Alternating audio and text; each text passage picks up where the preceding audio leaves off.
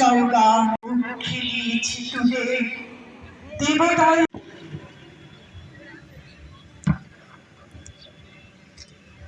74वें गणतंत्र दिवस परेड पर दो শপথে জানালেন এবং সুসজ্জিত যানে মাননীয় জেলা শাসক প্যারেড গ্রাউন্ড পরিদর্শন।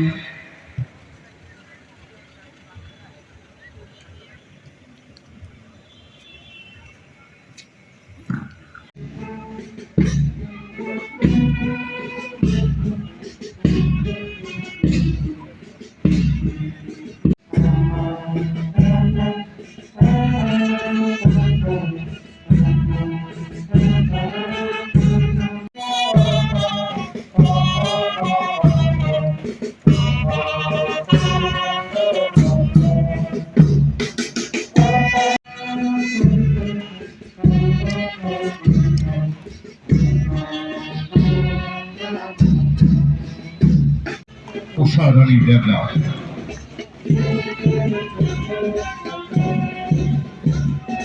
তারপরেই রয়েছে এনসিসি আলায় সুসজ্জিত সম্মিলিত জওয়ানদের কুচকাওয়াজ যারা দেখছেন প্রত্যেকে আমরা অনুরোধ জানাবো তাদেরকে সুসজ্জিত সম্মিলিত বাহিনীর কুচকাওয়াজ আমরা দেখতে পাচ্ছি এবং টুআইসি হিসাবে দায়িত্বে রয়েছেন প্যারেড টুআইসি पंकज देवनाथ। कोटिवासी सुधी नागरिक वृंद चतुर्थवा प्रजातंत्र दिवस उपलक्ष्य के सभी के जनाए आंतरिक शुभेच्छा एवं अभिनंदन। संविधान के लागू होने के दिन से लेकर आज तक हमारी यात्रा अद्भुत रही है और इसे कई अन्य देशों को प्रेरणा भी मिली है। प्रत्येक नागरिक की भारत के गौरव गाथा पर गर्व का अनुभव होता है। जब हम गणतंत्र दिवस मनाते हैं तब एक राष्ट्र के रूप में हमें मिलजुल कर जो उपलब्धियां प्राप्त की हैं उनका हम उत्सव मनाते हैं। भारत विश्व की सबसे पुरानी जीवन सभ्यताओं में एक है। भारत को लोकतंत्र की जननी भी कहा जाता है, फिर भी हमारा आधुनिक गणतंत्र युवा है। स्वतंत्रता के प्रारंभिक वर्षों में हमें अनगिनत चुनौतियों और प्रतिकूल परिस्थितियों का सामना करना पड़ा। लंबे विदेशी शासन के अनेक बुरे परिणामों में से दो कुप्रभाव थे, भयंकर गरीबी और निरक्षरता। फिर भी भारत अविचलित नहीं हुआ। आशा और विश्वास के साथ हमने मानव जाति के इतिहास में एक अनूठा प्रयोग शुरू किया।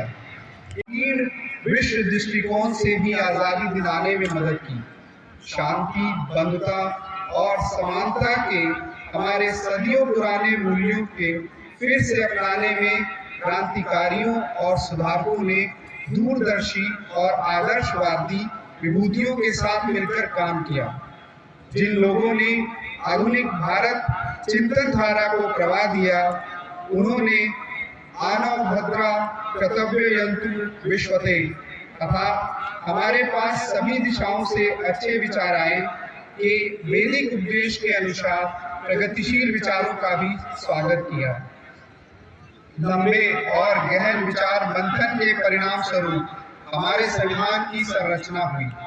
हमारा यह बुनियादी दस्तावेज दुनिया की सबसे प्राचीन जीवन सभ्यता के मानवतावादी दर्शन के साथ साथ आधुनिक विचारों से भी प्रेरित है।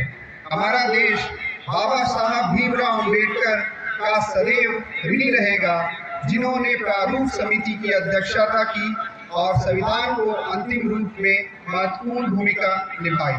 शुरू हो रहा है यह अभूतपूर्व परिवर्तन का दौर रहा है। महामारी के प्रकोप से दुनिया कुछ ही दिनों में बदल गई है। पिछले 3 वर्षों के दौरान जब भी हमें लगा है कि हम वायरस पर काबू पा लिया है तो वायरस फिर किसी विकृत रूप में वापस आ जाता है।